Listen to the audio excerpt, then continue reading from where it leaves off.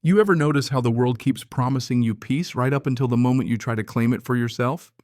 That was me moving into my supposed paradise out in a secluded Colorado valley, 650 acres of deeded land, custom-built home, 3 years of planning sweat, and too many sleepless nights. The kind of place people save for dream about, maybe even brag to their friends if they ever get lucky enough. I'd finally arrived, and within a week I was already fighting for the right to call it my own. Not against bears, not against the elements, but against something a whole lot scarier. An HOA with teeth and a woman named Karen who believed the universe ran on her signature. I should have seen it coming, right? First sign was the towel draped on a pool lounger, still damp like someone else had their own keys to my new life. Then flip-flops, wine bottles, half-open pool cover footprints in the mud, little ghosts hinting I wasn't alone. But I'm not the paranoid type, not at first. You know what I mean? I thought maybe the crew forgot something, maybe a neighbor wandered through by mistake, but the more I checked, the clearer it got. This wasn't a one-off.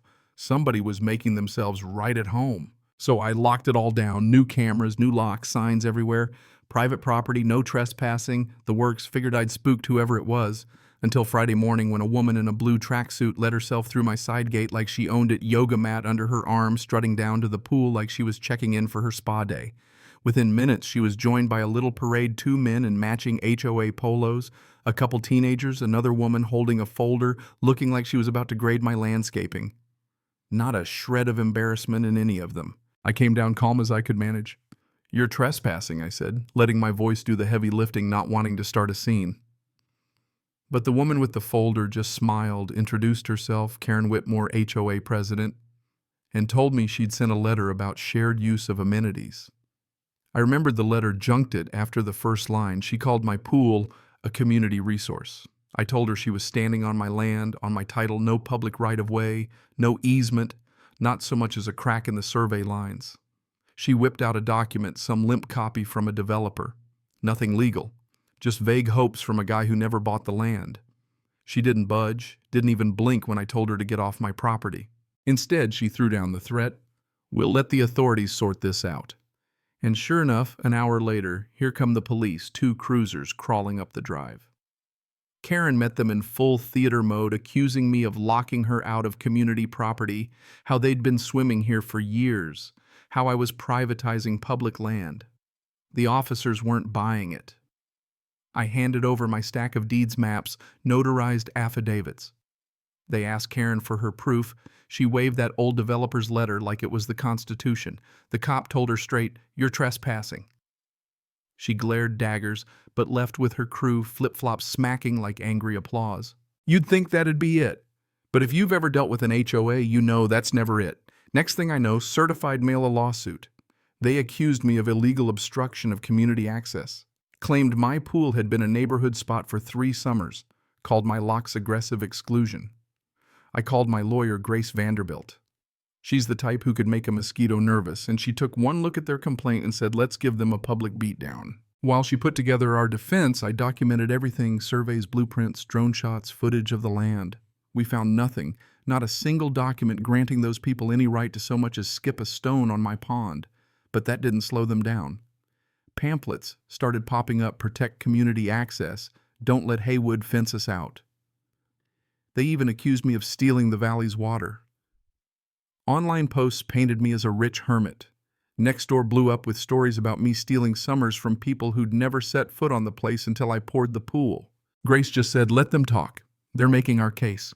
We kept saving footage, folks hopping the fence, jiggling the locks, even 2 women hauling boxed wine for a sunset swim, yelling that they deserved this.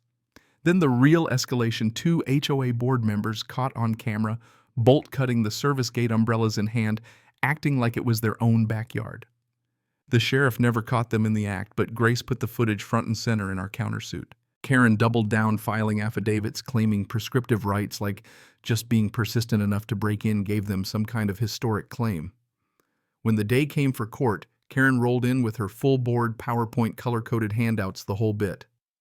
Grace stood up and said, "These folks broke into a man's home with bolt cutters to use a pool they don't own." The judge took one look at the maps, the titles, the footage, and shut Karen down. Full dismissal. The HOA had to pay all legal fees over $120,000 and issue a formal apology. But that's not how these people play. 2 days later, my pool was trashed. Cement, dust, paint, the water pump, dead graffiti scrawled across the deck. Security footage caught the culprits, 2 teens, one the son of Karen's best friend, the other her nephew. The sheriff called it coincidence. Grace called it organized retaliation. I called it a turning point. Let me back up a sec. See, I've been through this before, not with an HOA, but corporate developers. I learned there's a line you cross where you stop defending and start going on the attack. So I locked the place down, biometric gates, motion sensors, cameras you'd expect to see at a bank. I posted signs, private property, violators will be prosecuted.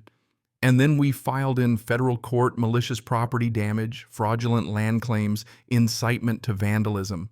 This time we named the HOA and Karen personally. Here's where it really got fun. Discovery turned up emails from Karen, instructing her board to discredit me, delay my construction, even block me from rebuilding the pool until the lawsuit failed. She was treating my land like a hostage. Grace tallied the damages over $480,000 to fix the pool, plus legal fees, lost rental income. Karen screamed all the way from her lawyer's office, but then it got quiet. Too quiet. That's when the county called someone was trying to sell a chunk of my valley. Turns out Karen, using the HOA seal, had packaged fake maps and usage claims to a developer. She signed as a trustee and started a sale process. We killed it in time, but the nerve... That's felony-grade fraud with a smile. We shut it down, filed more suits, and watched the board scatter. But Karen was still in the fight, filing fake claims with title companies pushing the narrative that the land was community wilderness. Every move was a ghost war trying to erase my name one file at a time. Then we found the pressure campaign, an actual spreadsheet, targeting my business contacts, my villa, even hinting to activists about environmental justice. She tried to turn me into a public enemy on every front. So we went nuclear, expanded the federal case, pressed for fraud, harassment, criminal misuse of land records. The state attorney general got involved. That's when it all unraveled. For Karen misused HOA funds, fake contractors cut checks to herself. The AG found enough for grand larceny and wire fraud. Karen lost her bail. The agents picked her up at home quietly, no show, no headlines. Her trial came state charges now: fraud, conspiracy, land theft, vandalism. Her lawyer tried to talk settlement, but prosecutors were done playing. I sat across from her in a little conference room. She said, "You could have let it go. I just shook my head. You tried to erase me." She called it a misunderstanding, said she wanted to keep order, keep the community together. I told her, "You broke in because you couldn't stand someone telling you no." She said, "You built a fortress." I replied, "You built a kingdom. I just refused to kneel." The judge heard the evidence, emails, forged documents, vandalism, the whole ugly timeline. Karen got 8 years, nearly $1 million in restitution, barred from holding any office, her assets frozen. As she left, she looked at me with a kind of empty shock, like she finally understood how deep she'd gone. But honestly, I think she just couldn't stand losing to a guy who wanted silence more than power. After that, the land changed. No sudden victory. Just a slow settling like the dust after a long storm. I rebuilt the pool again, imported stone, new filtration, triple secure, not for status, but for the principle of it. The old HOA collapsed, the houses above the ridge lost their rules. Some families left. Most stayed and learned to live without Karen's shadow. And me, I hired an artisan to craft a steel sign: "This is not your pool. This is not your park. This is not your land." Some call it harsh. I call it honest. I opened my doors only to friends, veterans, artists, people who understood silence and respect. Mountain Property Rights Quarterly ran a story called "Me, the Man Who Proved If You Own the Valley, You Set the Rules." I didn't smile, but yeah, I felt something close to peace. Now tell me, was I right? Was she wrong? Or is the real enemy the line between order and control? Drop your thoughts below, because honestly, the war for peace never really ends, does it?